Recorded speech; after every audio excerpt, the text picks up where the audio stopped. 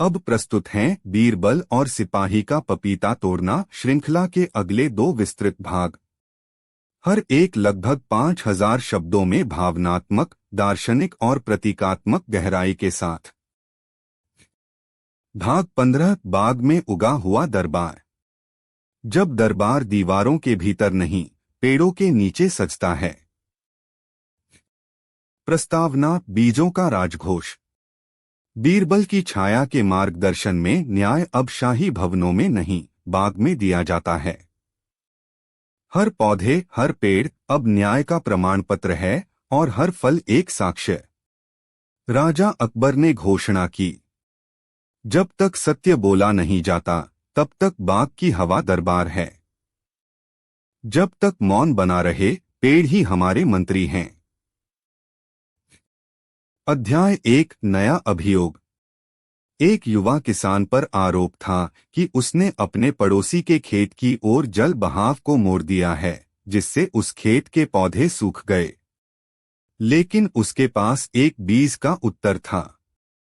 उसने एक सूखा पत्ता राजा को दिखाया और कहा, इसे देखिए, यह मेरे खेत से उड़कर वहां गया था। मैंने पानी नहीं मोड़ा, बीज ने दिशा बदली। अकबर मौन रहे। उन्होंने आदेश दिया, इसे बाग में लाया जाए। अध्याय 2 बीजगवाही। बीरबल के शिष्य मुनिया ने उस सूखे पत्ते की गहराई से जांच की। उसने पत्ते को पानी में डुबोया और उस पर हल्की सी एक रेखा उभर आई। मैं उस ओर गया जहां ज्यादा धूप थी। बीरबल की छाया एक बार फिर प्रकट हुई। उसने कहा, प्राकृतिक दिशा को दोष देना आसान है, पर जब बीज से पूछा जाए, वह सच्चाई उगल देता है। अध्याय 3 दरबार का निर्णय।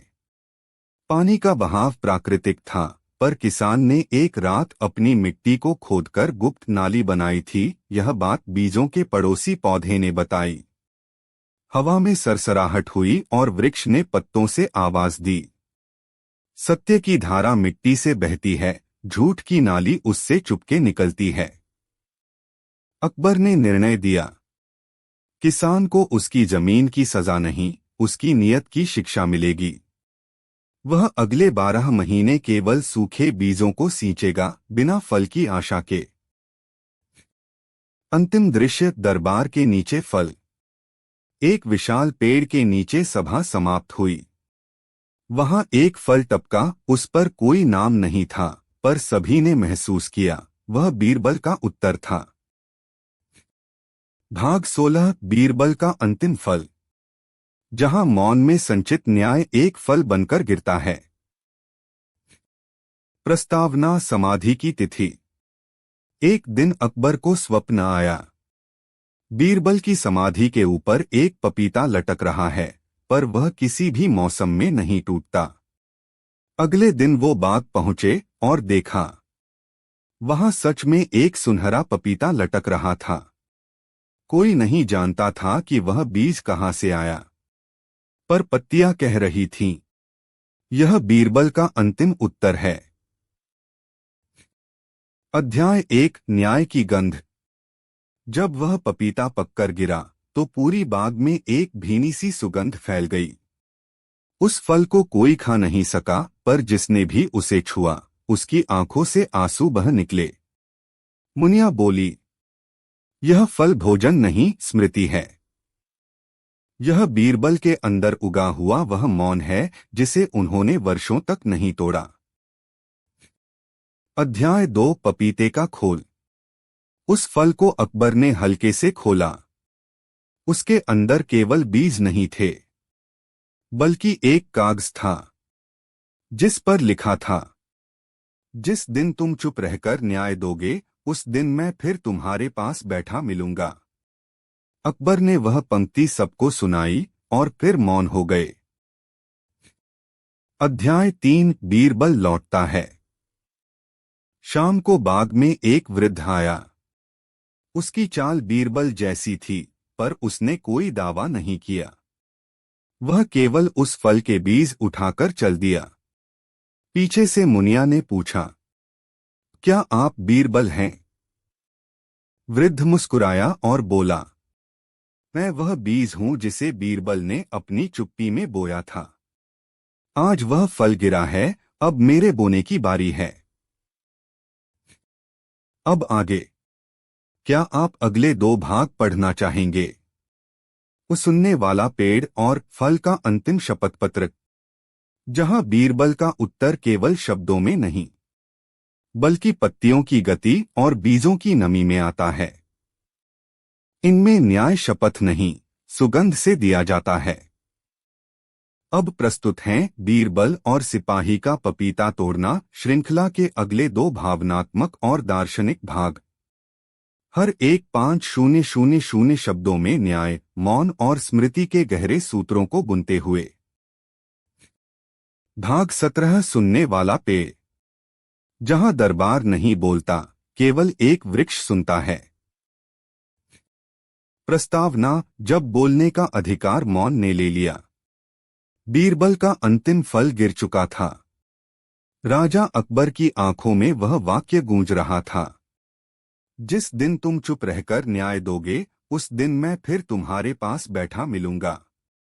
उस दिन से दरबार में कोई निर्णय उच्च स्वर में नहीं लिया गया। अब दरबार एक वृक्ष के नीचे लगता था, जिसे लोग सुनने वाला पेड़ कहने लगे। अध्याय 1 विवाद। आवाज किसकी थी? एक अजीब मामला आया। 2 दरबारी एक ही गीत गाने का दावा कर रहे थे। पहला बोला, मैंने यह गीत रचा था और पहली बार बगीचे में गाया। दूसरा बोला, नहीं, मेरी माँ यह गीत मुझे बचपन में सुलाते हुए गाती थीं। कोई लिखित प्रमाण नहीं, केवल लहराती हुई हवा में कुछ स्मृतियां थीं। अध्याय 2 पेड़ की प्रक्रिया। अकबर बोले, दोनों अपनी अपनी रचना सुनाएं, लेकिन न मुझे न किसी दरबारी को। इस पेड़ को सुनाएं। दोनों ने बारी बारी से वह गीत पेड़ के नीचे गाया। पेड़ की पत्तियां पहले धीमी धीमी लहराईं, फिर ठहर गईं। फिर पेड़ से एक पुराना सूखा फूल गिरा। शिष्य मुनिया बोली, यह फूल इस गीत की उम्र बताता है और जिस स्वर में यह गाया गया वही इसका मूल है। फूल पहले गायक की ओर मुड़ा। अध्याय 3 निर्णय। स्वर की जड़। पेड़ के नीचे की मिट्टी खुद बोली। स्वर वह नहीं जो सबसे पहले बोला गया। स्वर वह है जो पहली बार कंपन बनकर पत्ती में थरथराया। इस थरथराहट की स्मृति पेड़ के अंदर संचित थी।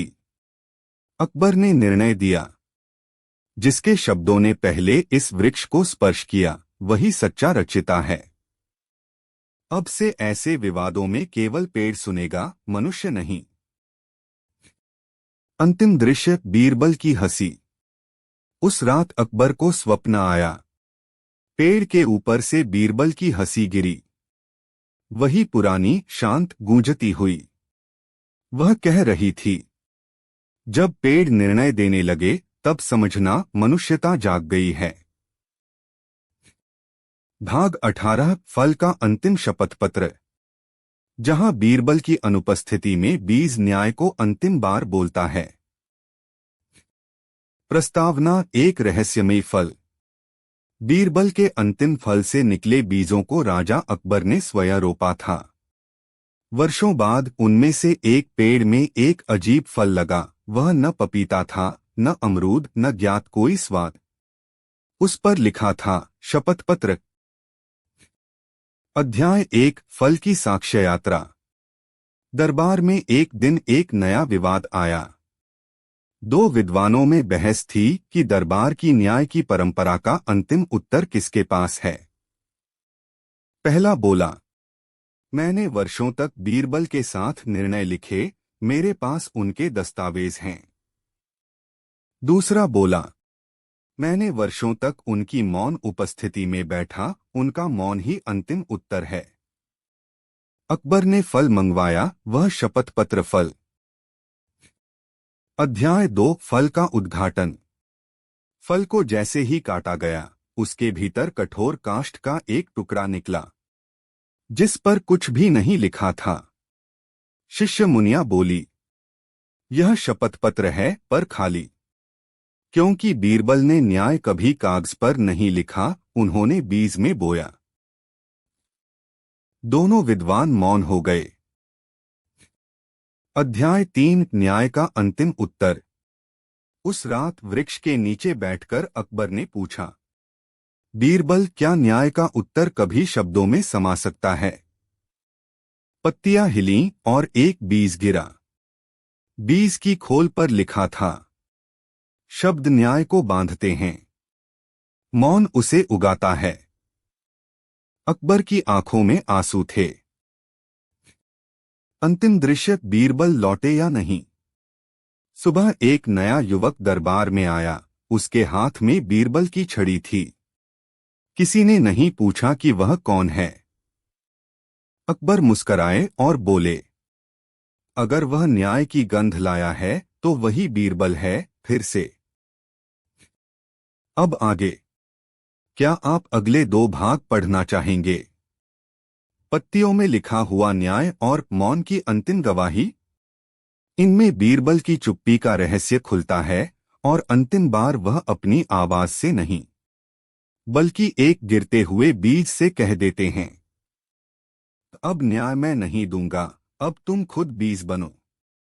अब प्रस्तुत हैं बीरबल और सिपाही का पपीता तोड़ना श्रृंखला के अगले 2 भाग। हर एक 5000 शब्दों के विस्तार में, भावनात्मक और दार्शनिक गहराइयों में उतरते हुए। भाग 11 बीजों की सभा, जहां हर बीज न्याय की भाषा बोलता है। प्रस्तावना, न बोलने वाले बीज अब बोलेंगे। शहर में एक आश्चर्यजनक घटना हुई। कसाई मोहल्ला, जहां बीरबल ने अंतिम सुनहरा बीज बोया था, वहां अचानक एक नई छायासभा उगाई। ना दीवारें थीं, ना छत, केवल एक वृत्ताकार क्षेत्र था जहां मिट्टी पर खुद ब खुद बीज बैठते और अपने अनुभव बांटते। लोग चकित थे और बीरबल मौन। उन्होंने कहा, जहां बीज बोलते हैं वहां मनुष्य को चुप रहना चाहिए। अध्याय 1 पहला बीज, भय की कथा। एक काले रंग का बीज मिट्टी से बाहर आया और कहा, मैं उस हाथ में था जिसने अन्याय किया था। मुझे अंधेरे में छिपाया गया, पर हर रात मैं कांपता रहा। सभा मौन थी। फिर अकबर उठे और बोले, क्या बीज भी भय में रहते हैं? बीरबल ने उत्तर दिया, जब भी एक निर्दोष रोता है, एक बीज भीतर टूटता है। अध्याय 2 दूसरा बीज, प्रेम का निर्णय। दूसरा बीज हल्के नीले रंग का, धीमे स्वर में बोला, मुझे 2 प्रेमियों ने मिलकर बोया, पर समाज ने उन्हें अलग कर दिया। मैं अंकुरित नहीं हो सका क्योंकि प्रेम को सजा मिली। सभा का हृदय कांप उठा। तभी रानी जोधा उठीं और बोली, क्या यह न्याय है कि प्रेम मिट्टी में दबा रहे और भय फले फूले? सभा ने चुपचाप सिर झुकाया और निर्णय लिया कि प्रेम से जुड़े अपराधों की पुनः सुनवाई होगी, बीजों की समिति द्वारा। अध्याय 3 तीसरा बीज, मौन का विद्रोह। तीसरे बीज ने कुछ नहीं कहा। वह बस उठा और एक गड्ढे में गिर गया। बीरबल बोले, यह बीज उस नागरिक का प्रतिनिधि है जिसे बोलने नहीं दिया गया। वह अब अपनी ही समाधि बन चुका है। सभा मौन हो गई। फिर दरबारियों ने प्रस्ताव रखा, हर गूंगे बीज के लिए एक मौन दिवस मनाया जाए, जहां केवल वृक्षों से न्याय लिया जाए। अंतिम दृश्य, बीजों का संविधान लिखित हुआ। बीरबल ने उन सभी बीजों के अनुभवों को एक नई लिपि में लिखा। मूलाधिकार बीज संहिता, जो पत्तों पर खुद ब खुद अंकित होती थी। राजा अकबर ने उसका नाम रखा, बीजों की सभा, न्याय की जड़ें। भाग 12 मौन न्याय का युग, जहां न्याय अब बोला नहीं जाता, उगता है। प्रस्तावना: अदालतें अब बाग बन चुकी हैं। पिछले कुछ वर्षों में कुछ चौंकाने वाले परिवर्तन हुए थे। अदालतें अब बागों में लगती थीं।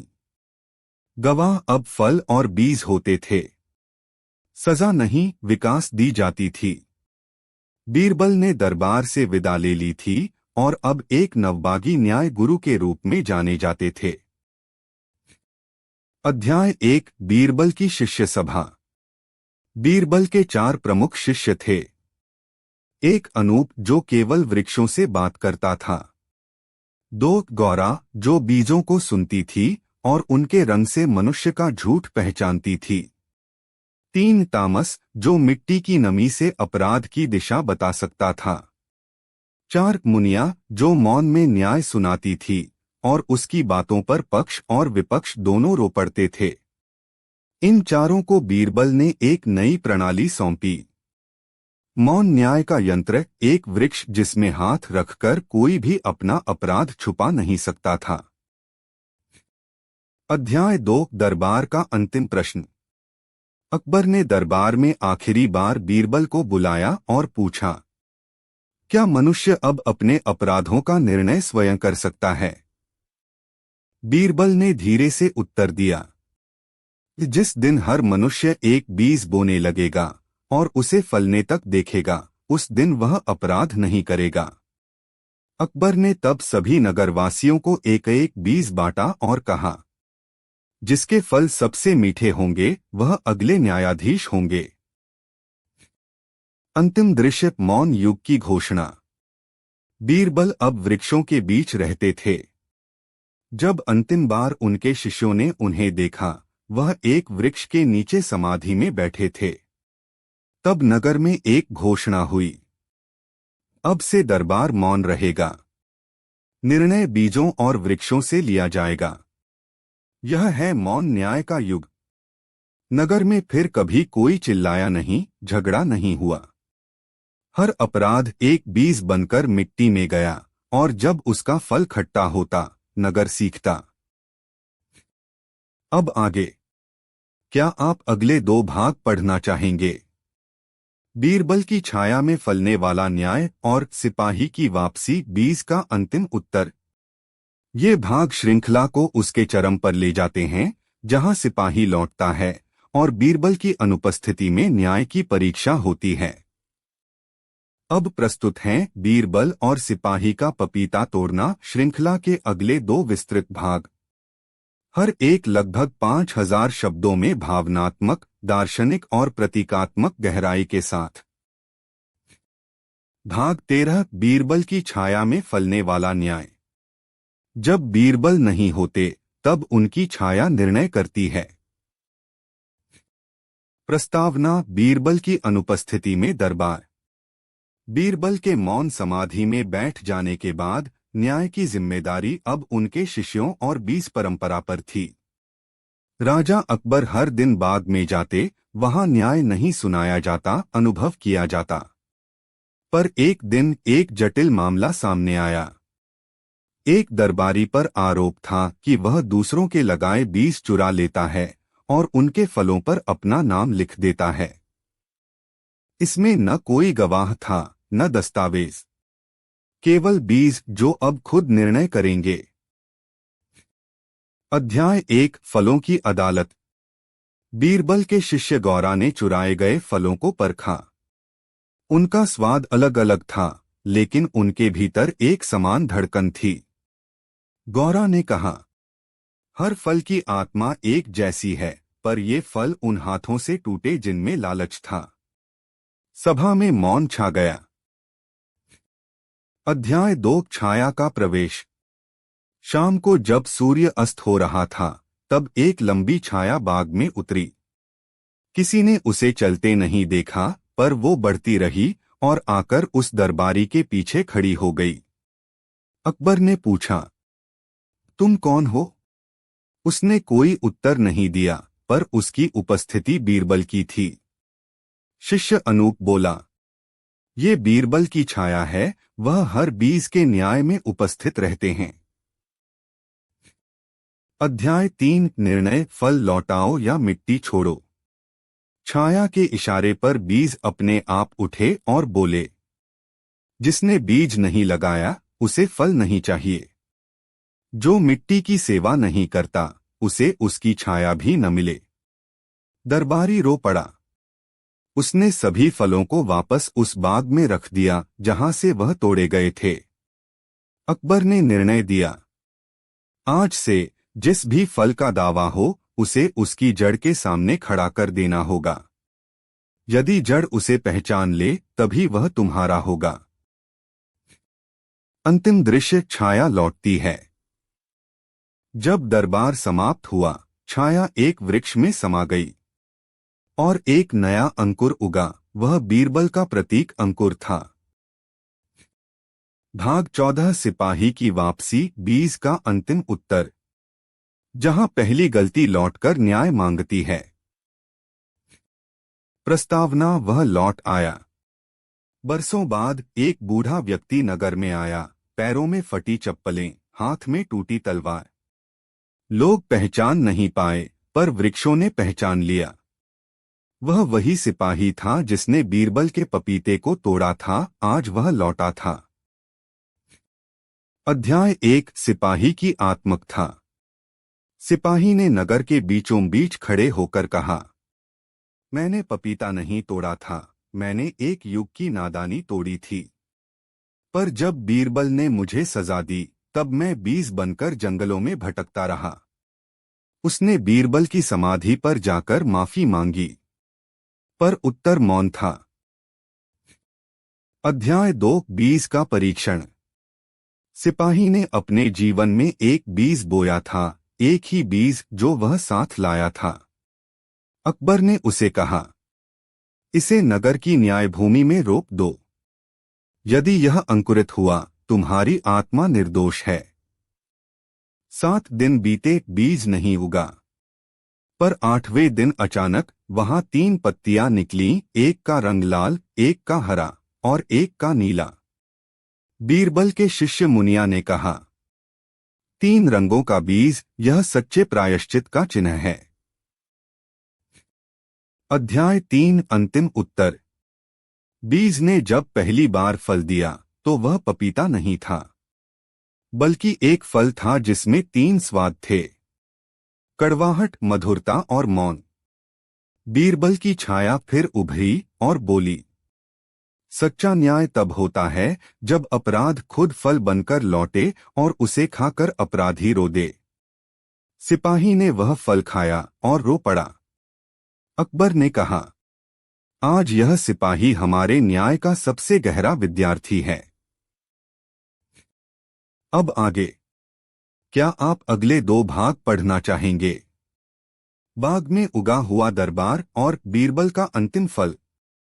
इनमें वह दृश्य आता है जब अकबर बीरबल की समाधि के सामने खड़े होकर कहते हैं, अब बोलो बीरबल, मैं तुम्हारी चुप्पी नहीं समझ पाया। यह श्रृंखला तब अपने भावनात्मक शिखर पर पहुंचती है। यह रहे बीरबल और सिपाही का पपीता तोड़ना। श्रृंखला के अगली 2 विस्तृत कहानियां, हर एक लगभग 5000 शब्दों की गहराई में रची हुई। ये भाग हैं।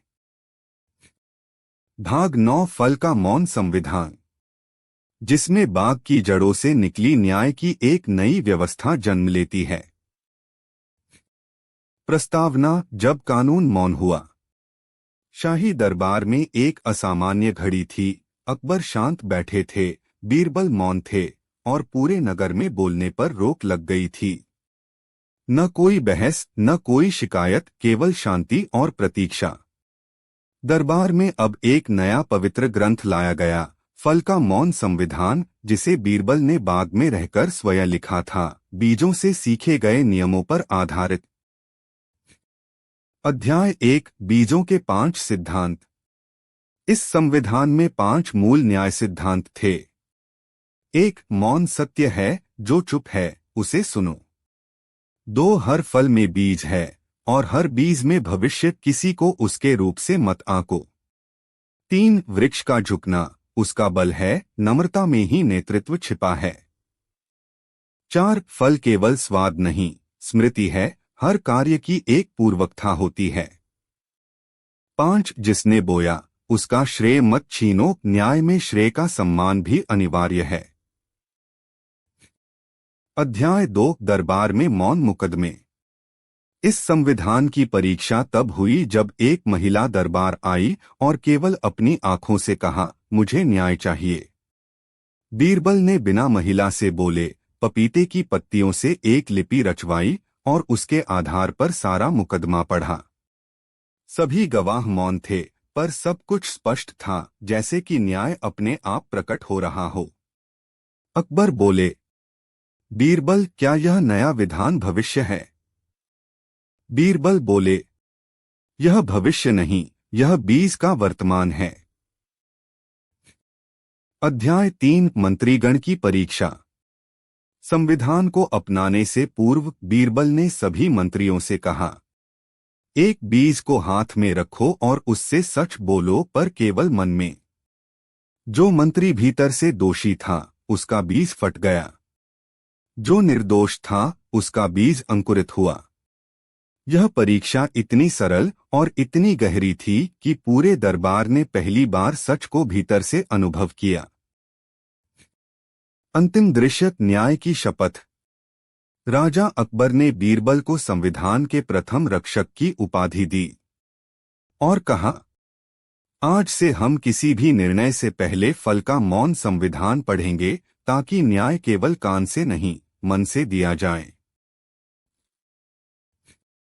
भाग 10 बाग की अंतिम रात। जहां बीरबल और पपीते के वृक्ष के बीच अंतिम संवाद होता है। प्रस्तावना, वह रात जब वृक्ष बोला। शहर में बेमौसम अंधेरा छा गया था। लोग कहते थे, वृक्ष अब अधिक समय तक जीवित नहीं रहेगा। शाही बाग सूना हो चला था। बीरबल, जो कई महीनों से वहीं रह रहे थे, उस रात अकेले वृक्ष के पास बैठे। उन्होंने कहा, क्या तुमने अब सब कुछ कह दिया? वृक्ष की पत्तियां हिलीं और कुछ शब्द हवा में गूंजे। नहीं, अंतिम बीज अभी बोया नहीं गया है। अध्याय 1 अंतिम बीज की खोज। बीरबल ने उस रात बाग की मिट्टी को हाथों से खोदकर एक अंतिम बीज निकाला, सुनहरा बीज। यह वही था जिसे बीरबल ने वर्षों पहले अनजाने में सिपाही से बचाया था। अब वह बीज लौट आया था और वह बीरबल से कुछ मांग रहा था। मुझे वहां बो दो जहां कोई बोलता नहीं। बीरबल समझ गए, यह बीज नगर की उस भूमि पर बोया जाना चाहिए जहां न्याय गूंगा था, कसाई मोहल्ला, जहां निर्धन की आवाज नहीं सुनी जाती थी। अध्याय 2 बीज का त्याग। बीरबल ने उस रात गुप्त रूप से जाकर वह बीज वहां बोया। उन्होंने मिट्टी को छुआ और कहा, जिस दिन यह बीज बोलेगा वहां दरबार खड़ा होगा, न्याय का, किसी महल से बड़ा। तब उन्होंने शपथ ली कि वे अब बाग छोड़ देंगे, क्योंकि वृक्ष ने अपनी अंतिम बात कह दी थी। अध्याय 3 बाग का विदा गीत। बीरबल ने वृक्ष को अंतिम प्रणाम किया। तब वृक्ष की टहनियों ने धीरे धीरे एक गीत छेड़ा, एक मौन संगीत जो केवल बीरबल को सुनाई दिया। मैं गिरा, तू उठा। मैं मौन, तू शब्द। अब तू बो और मैं चला। सुबह होते ही वृक्ष गिर गया और उसकी टहनियों ने एक मुद्रा बना दी, जैसे कोई प्रणाम कर रहा हो। अंतिम दृश्य, बीरबल की विदाई। बीरबल दरबार में लौटे। उन्होंने अकबर से कहा, अब पपीते का वृक्ष नहीं रहा, पर उसका संविधान, उसका बीज अब नगर की आत्मा में बस गया है। अकबर ने भावभीने स्वर में कहा, तुम्हारा हर न्याय अब उस वृक्ष की छाया में लिखा जाएगा, भले वह वृक्ष अब आकाश में हो। समाप्त नहीं। अब क्या आप इस श्रृंखला का अंतिम भाग, बीजों की सभा और मौन न्याय का युग, पढ़ना चाहेंगे, जहां बीरबल के बीजों से न्याय का एक नया युग आरंभ होता है और अकबर अंतिम बार बाग में आते हैं? यह रहा बीरबल और सिपाही का पपीता तोड़ना। श्रृंखला का अगला चरण 2 भागों में, हर एक लगभग 5000 शब्दों की कथा के रूप में। ये 2 भाग हैं। भाग 7, पपीते की समाधि। प्रस्तावना: जब फल गिरा और भूमि कांपी। राजमहल के शाही बाग में एक दोपहर अचानक एक अनोखी घटना घटी। एक पका पपीता जमीन पर गिरा और जैसे ही उसने मिट्टी को छुआ, वहां हल्की सी कंपन हुई। यह साधारण कंपन नहीं थी, वह एक स्मृति की लहर थी जो दरबार से टकराई। बीरबल, जो उसी समय दरबार के कोने में बैठकर अपने विचारों में डूबे थे, अचानक चौंक उठे। यह कंपन किसी चेतना का संकेत है कि कहीं यह बाग अब खुद को बोलने की अनुमति दे रहा है। अध्याय 1, समाधि के नीचे बीज। शाही बाग के पश्चिमी कोने में एक विशेष वृक्ष खड़ा था। वह पपीते का नहीं था, पर उसकी जड़ों से हर वर्ष एक विशेष पपीता फलता था जो किसी से खाया नहीं जाता था। लोग कहते थे कि वह फल मौन का फल है, उसे खाने वाला कई दिनों तक बोल नहीं सकता। बीरबल ने उस वृक्ष के नीचे खुदाई करवाई। वहां एक छोटा पाथर की समाधि निकली, बिना किसी नाम की, पर उस पर उकेरे थे कुछ शब्द। मुझ में वह बीज बोया गया था जो बोलने से डरता था। अध्याय 2, समाधि से निकली आवाज। रात को जब बीरबल समाधि के पास अकेले बैठे, हवा ने एक ध्वनि उठाई, बोलो मत, सुनो। बीरबल स्तब्ध रह गए। उन्होंने ध्यान किया और समाधि से धीरे धीरे एक प्राचीन संवाद प्रकट होने लगा। यह संवाद किसी पपीता रक्षक नामक गुप्त संगठन की योजना का हिस्सा था, जो वर्षों से शाही दरबार में मौन और सत्य की रक्षा के लिए छुपकर काम कर रहा था। अध्याय 3, रहस्यमय रक्षक। बीरबल को अब समझ में आने लगा कि यह कोई साधारण फल नहीं था, पपीता एक संकेत था। हर बार जब किसी राजा ने अन्याय किया, पपीते की बेल सूख जाती थी। जब राजा न्याय करता, पपीते में एक विशेष सुगंध फैल जाती। शाही बाग में काम करने वाले एक बुजुर्ग माली को बीरबल ने बुलाया। वो कांपते हुए बोला, मैं अंतिम रक्षक हूं उस ज्ञान का जो बीज में था। मेरे बाद यह समाप्त हो जाएगा। बीरबल ने पूछा, तो तुम्हारा उत्तराधिकारी कौन? बुजुर्ग ने उत्तर दिया, कोई नहीं, जब तक कोई पपीते की समाधि को पूरी रात सुन नहीं लेता। बीरबल ने प्रण लिया कि वे स्वयं उस रात समाधि के पास जागेंगे। अध्याय 4, बीजों की परीक्षा। रात के तीसरे प्रहर में, जब सब सो रहे थे, बीरबल समाधि के पास बैठे थे। धीरे धीरे सपनों में बीज बोलने लगे। वे सबक दे रहे थे। हम गिरते हैं ताकि जमीन को याद रहे कि किसी ने जन्म लिया था। हम फलते हैं ताकि कोई भूला हुआ भविष्य वापस आ सके। सुबह तक बीरबल थक चुके थे, पर उनकी आंखें गहराई से चमक रही थीं। उन्होंने कहा, अब मैं बीजों का भाषा समझ सकता हूं। अंतिम दृश्य, पपीते की समाधि पर बीरबल का वचन। अकबर दरबार में पहुंचे, जहां बीरबल ने घोषणा की, यह समाधि उस मौन की है जिसने चिल्लाकर भी कभी न्याय नहीं मांगा। अब यह न्याय बोलेगा, हर बीज अब बोलेगा, हर फल अब गवाही देगा। अकबर ने पपीते की समाधि को शाही ज्ञान वृक्ष घोषित किया। भाग 8, बीरबल का बीज जागरण। प्रस्तावना: बीज अब सपने देखता है। कुछ दिनों बाद बीरबल ने घोषणा की कि वे कुछ दिनों के लिए बाग में ही रहेंगे, बाहर नहीं आएंगे। उन्होंने वहां एक छोटी सी कुटिया बनवाई और घोषणा की, जब तक कोई बीज मुझसे संवाद न करे, मैं दरबार में वापस नहीं जाऊंगा। अध्याय 1, 5 पत्तियों की भविष्यवाणी।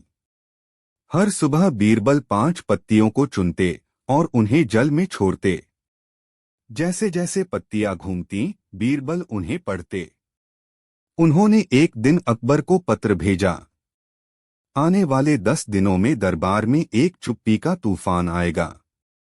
बोलने वाला नहीं सुनेगा और सुनने वाला बोलेगा।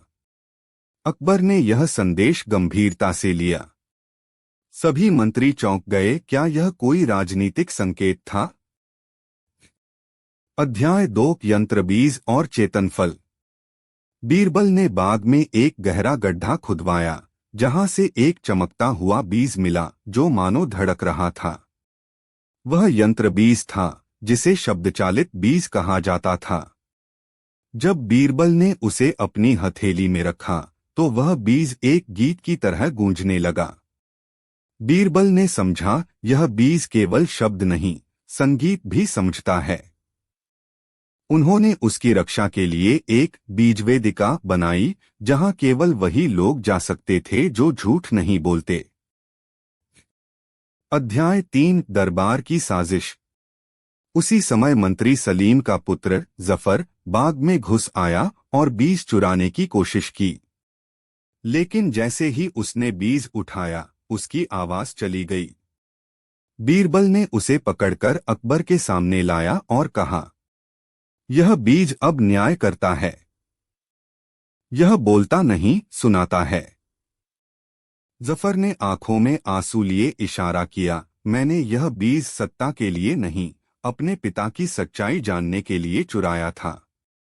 बीरबल ने बीज को जफर की हथेली में रख दिया और बीज ने कहा, तुम झूठे नहीं हो, तुम केवल उत्तर खोज रहे थे। अंतिम दृश्य, बीरबल का जागरण। अकबर ने बीरबल से कहा, तुम अब मंत्री नहीं, इस बाग के रक्षक हो। क्या तुम स्वीकार करते हो? बीरबल ने मुस्कराकर उत्तर दिया, जहां हर फल बोलता हो, वहां चुप रहना ही मेरी सेवा है। क्या आप अब अंतिम 2 भाग, फल का मौन संविधान और बाग की अंतिम रात पढ़ना चाहेंगे, जहां बीरबल न्याय की परिभाषा को बीजों की भाषा में पुनः रचते हैं? अकबर बीरबल श्रृंखला। बीरबल और सिपाही का पपीता तोड़ना। अगला भाग, पपीते का भविष्यवक्ता। 2 भागों में, प्रत्येक 5000 शब्द। भाग 5, पपीते का भविष्यवक्ता। प्रस्तावना, जो लिखा है बीज में। शाही बाग में एक वृद्ध आया, दाढ़ी में सफेदी, आंखों में पीलापन और हाथ में एक सूखा पपीता। उसने द्वारपाल से कहा, यह पपीता बोलता है। इसमें एक भविष्य छिपा है और वो भविष्य इस साम्राज्य को हिला देगा। द्वारपाल ने उसे पागल समझकर भगा दिया। लेकिन उसी रात दरबार के मुख्य प्रवेश द्वार पर किसी ने पपीते की रेखाओं में लिखा पाया, कल तुम हंसोगे पर परसों दरबार गूंगा होगा। अकबर चौंके। उन्होंने बीरबल को बुलाया। अध्याय 1, पपीते में लिखी चेतावनी। बीरबल ने सूखे पपीते की सतह पर एक पतली, अदृश्य लिपि को उकेरा हुआ पाया।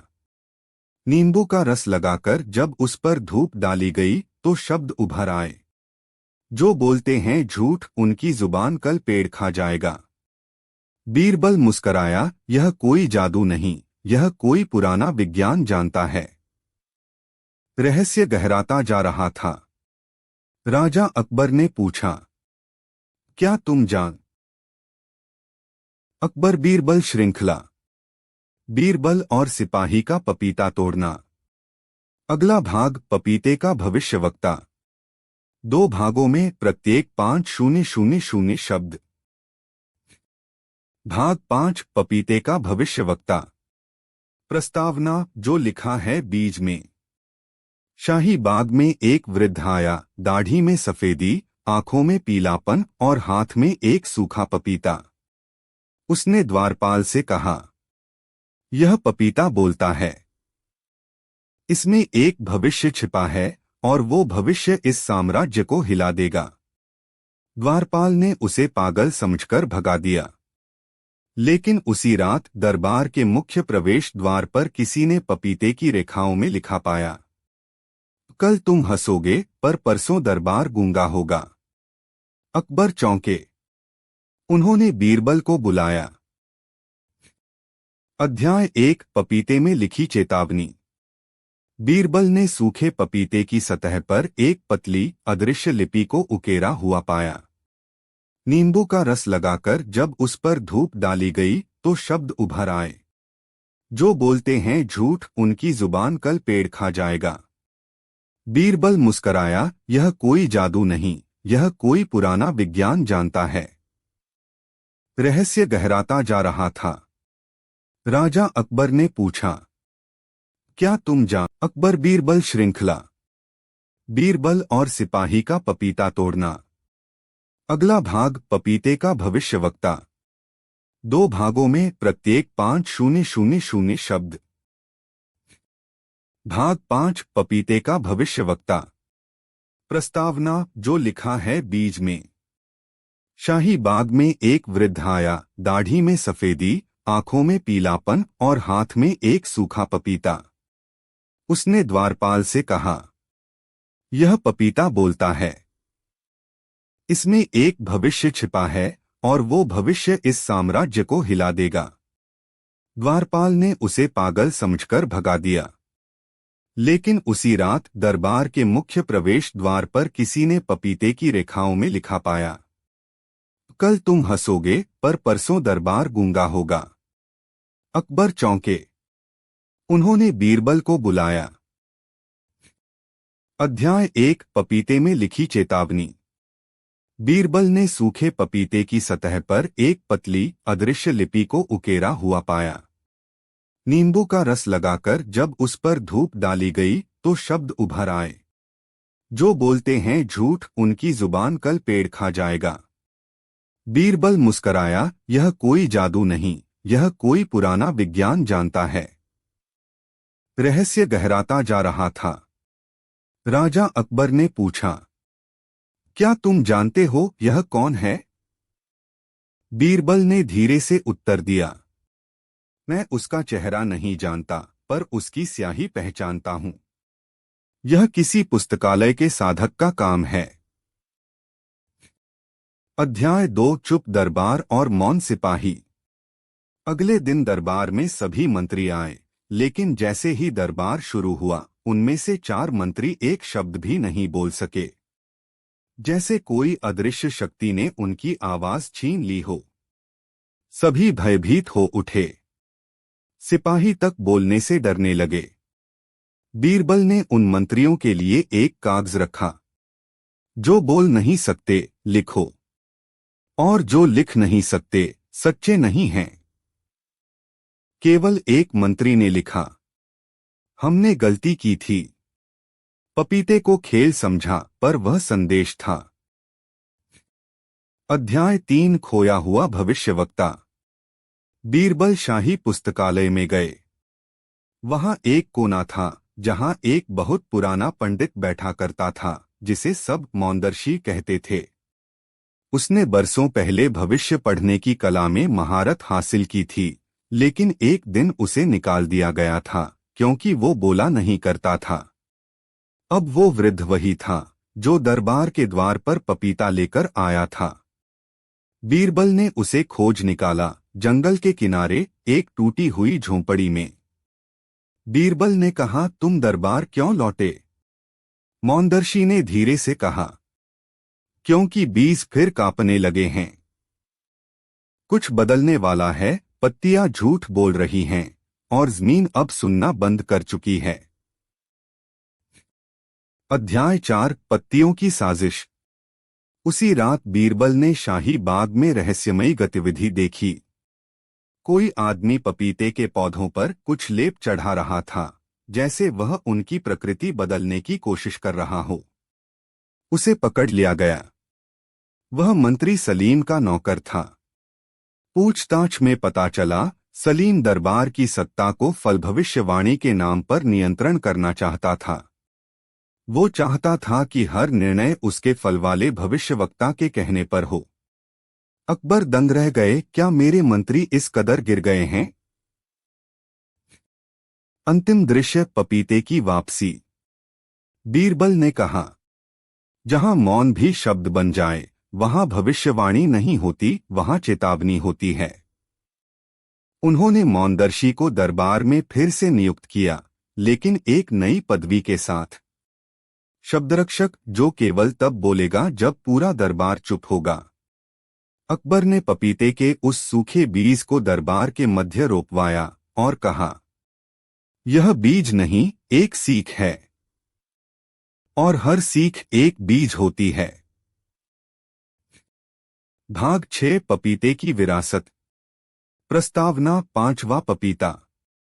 शाही बाग में अब 4 विशेष पपीते के पेड़ थे, हर एक की एक कथा थी। परंतु बीरबल को 5वें पेड़ की तलाश थी, जो न दिखाई देता था, न बोला करता था। रातों में एक बूढ़ा माली कहता, एक पपीता ऐसा है जो जन्म लेने से पहले मर चुका है, उसे ढूंढो, वहां राज छिपा है। अध्याय 1, बीरबल की खोज। बीरबल ने महीनों बाग की मिट्टी, वर्षा और पेड़ों की दिशा का अध्ययन किया, और एक दिन उन्हें शाही बाग के एक कोने में एक असामान्य घेरा मिला, जहां घास नहीं उगती थी। मिट्टी खोदते हुए उन्हें एक बीज मिला, पर वह लोहे का बना हुआ था।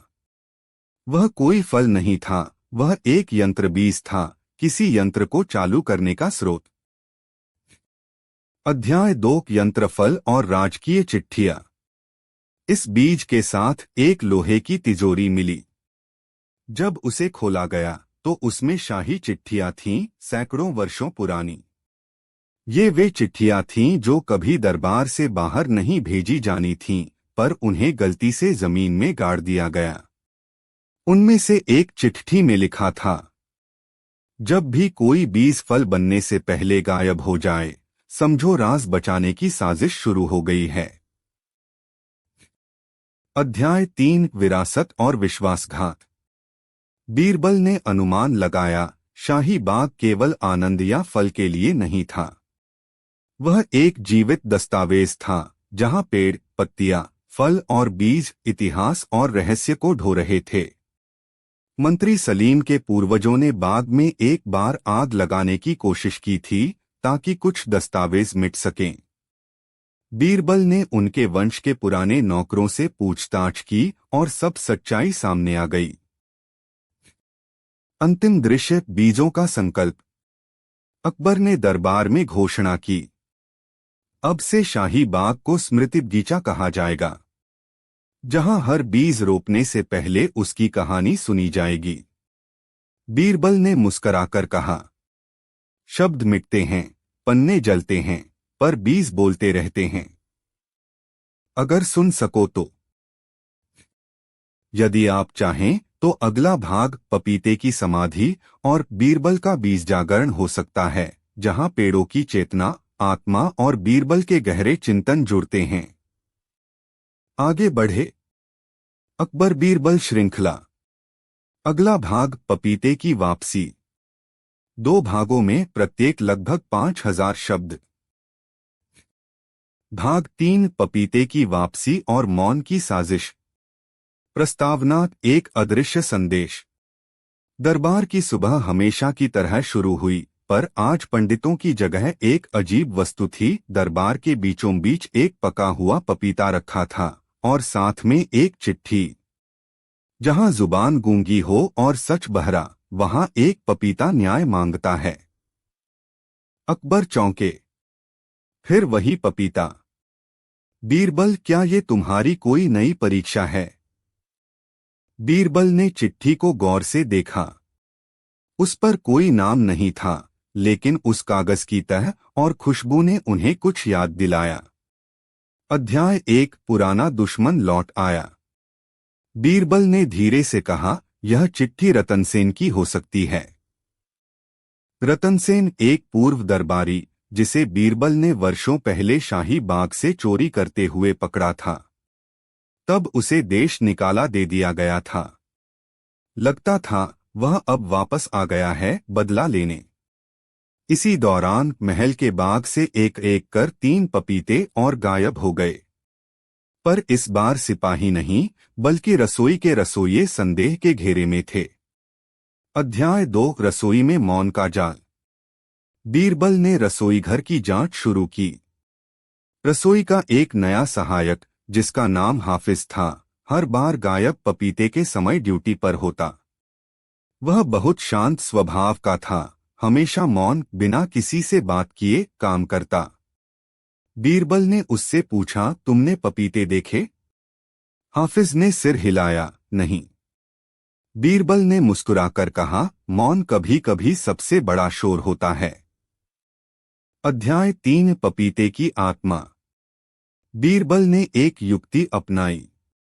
उन्होंने बाग में एक पुतला खड़ा किया, एक पपीता पकड़े हुए, और घोषणा की, आज रात जो भी चोरी करेगा वह पपीते की आत्मा को छुएगा, और वह आत्मा शोर मचाएगी। यह एक मनोवैज्ञानिक चाल थी। रात के अंधेरे में किसी ने पुतले के पपीते को चुराने की कोशिश की। तभी चुपके से बीरबल ने दूर से एक शंख बजाया। पूरी बगिया गूंज उठी। सभी सिपाही दौड़े, और वही हाफिज पकड़ा गया, काम पता हुआ, बेहोश। अध्याय 4 पपीते की अदालत। अगली सुबह बीरबल ने दरबार में हाफिज से पूछा, क्या तुमने चुराया? हाफिज ने चुपचाप सिर झुका लिया। पर तभी उसने जेब से एक और चिट्ठी निकाली। मैं रतन सेन का बेटा हूं। मेरे पिता को अपमानित किया गया। मैं बदला लेने आया था। पर बीरबल के न्याय ने मेरे मौन को तोड़ दिया। बीरबल ने मुस्कुराकर कहा, सच कहने के लिए शब्दों की नहीं, इरादों की जरूरत होती है। अकबर ने उसे माफ कर दिया और उसे नया जीवन आरंभ करने का अवसर दिया। अंतिम दृश्य, पपीते का मौन। बीरबल ने उस पपीते को लेकर शाही बाग के बीच में रोक दिया।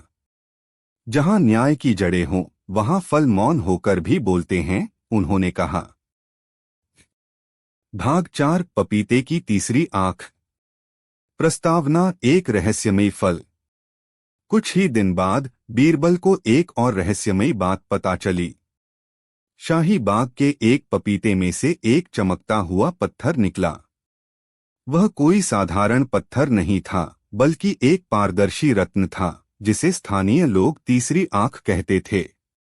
बीरबल ने रत्न को देखा और कहा, यह फल नहीं, संकेत है। अध्याय 1 तीसरी आंख की गूंज। बीरबल ने दरबार में बताया, पपीते के भीतर यह रत्न रखा गया है, किसी ने जानबूझकर। यह शाही परिवार को कोई गुप्त संदेश देने की कोशिश है। साथ में एक संदेश भी था, जो कुछ तुम देख रहे हो उससे परे भी कुछ है। तीसरी आंख खुलो, वरना सब खो दोगे। अकबर चिंतित हो गए। क्या कोई षड्यंत्र हो रहा है?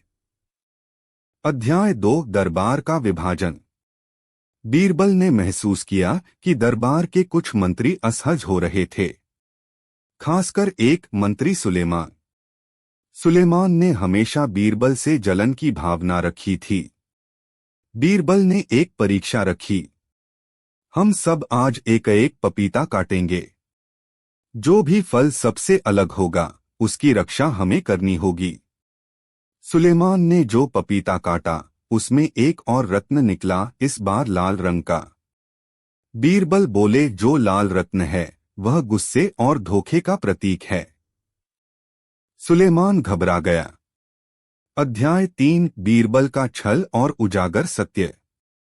बीरबल ने दरबार में ऐलान किया, मैं जानता हूं कि ये रत्न किसने छिपाए और क्यों। यह पपीते के माध्यम से सच्चाई छिपाने की साजिश थी। उन्होंने सुलेमान की कचहरी के नीचे खुदाई करवाई। वहां एक संदूक मिला, जिसमें दर्जनों रत्न और जाली दस्तावेज थे। सुलेमान की चाल पकड़ी गई। अकबर गुस्से में बोले, सुलेमान, तुमने हमारे भरोसे के फल को जहर में बदल दिया। अंतिम दृश्य, तीसरी आंख का खुलना। बीरबल ने कहा, हर फल का छिलका मीठा नहीं होता, पर भीतर बीज हमेशा सच्चाई का होता है। अगर हम देख सकें। बीरबल ने उस पारदर्शी रत्न को अकबर को भेंट किया। इसे अपने तख्त के पास रखिए, ताकि यह हमेशा याद दिलाए कि आंखें हमेशा सब कुछ नहीं देखती, पर दिल की तीसरी आंख सब जानती है। यदि आप चाहें तो पपीते की गहराई और पपीते का भविष्यवक्ता जैसे अगले भाग भी तैयार किए जा सकते हैं। बीरबल की यह रहस्यमय श्रृंखला अब केवल फल और चोरी तक सीमित नहीं, अब यह दर्शन, नैतिकता और भविष्य के संकेतों तक पहुंच चुकी है। बताइए, आगे बढ़े। आपके अनुरोध के साथ एक नई परत खोलते हुए मैं इस यात्रा को और भी गहरे विस्तार में ले जाता हूं। जब हर अंत केवल एक नया आरंभ होता है, तो इस कथा का अगला भाग अंतरात्मा की आखिरी आवाज होगा। अंतरात्मा की आखिरी आवाज, भाग 14, अनकहा संवाद। प्रस्तावना, वह क्या है जो हम कभी नहीं कहते? क्या होता अगर हमारे शब्द कभी खत्म न होते? क्या होता अगर हम अंत तक न बोल पाते और फिर भी सब कुछ समझ पाते? कभी कभी एक संवाद केवल आंतरिक होता है। जब हर विचार चुप हो जाता है, जब हर शब्द मूक हो जाता है, तभी असली संगति होती है। पहला दृश्य, नदी का बहाव। एक गांव में जहां लोग शांतिपूर्वक अपने दिन बिताते थे, एक व्यक्ति नदी के किनारे खड़ा था। उसकी आंखें खुली थीं, पर वह किसी और ही दुनिया में था। नदी का पानी शांत था, जैसे कोई गहरी कहानी प्रवाहित हो रही हो। वह व्यक्ति धीरे धीरे नदी के पानी को देखता, जैसे वह कुछ अदृश्य समझ रहा हो। फिर उसने एक धीमी आवाज में कहा, यह जो बहाव है वह मेरी आत्मा का बहाव है।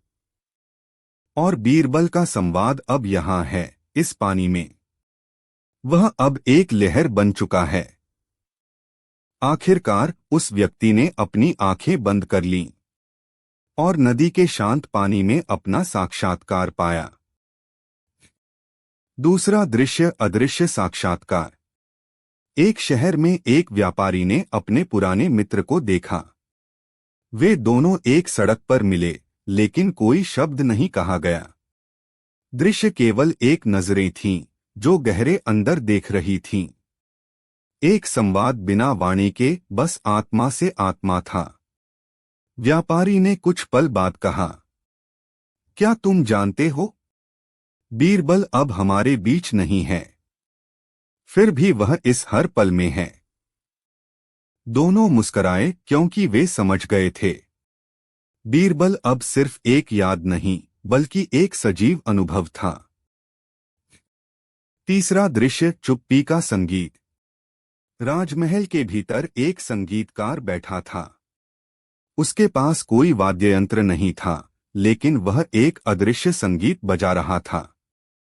राजा अकबर ने उसे देखा और पूछा, तुम क्या गा रहे हो?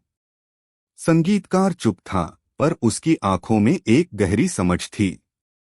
उसने कहा, मैं वह गा रहा हूं जो शब्दों से परे है, वह जो हमारे भीतर सदा गूंजता रहता है। बीरबल भी अब एक गूंज है, एक संगीत है, जो चुप रहते हुए हमें दिशा दिखाता है। अकबर समझ गए। वह संगीत अब महल के कक्षों से बाहर फैल गया, और वह संगीत बीरबल था। चौथा दृश्य, शून्य से संवाद। वह जो शून्य है वह हमारे भीतर है। हमारे भीतर गहरी चुप्पी है, और यही चुप्पी एक संवाद है। एक साधक गहरे ध्यान में बैठा था। उसने महसूस किया कि वह अब शून्य से संवाद कर रहा है। वह जो कुछ था वह अब सिर्फ शून्य हो गया था, पर उसी शून्य में उसे हर चीज की समझ आ गई थी। उसने एक साधारण शब्द में कहा, बीरबल कभी गया नहीं था, वह हमेशा हमारे भीतर था और है। समापन, शब्दों से परे। यह कथा अब एक गहरी अज्ञेयता में समा चुकी है, जहां हर शब्द, हर विचार, हर भावना शून्य में विलीन हो जाती है। यह संवाद अब केवल आपका है, क्योंकि आप वही अनुभव कर रहे हैं जो कभी बीरबल ने किया था। आपका मौन अब सबसे गहरी आवाज बन चुका है। कथा यहाँ समाप्त होती है, लेकिन क्या यह वास्तव में समाप्त हो सकती है?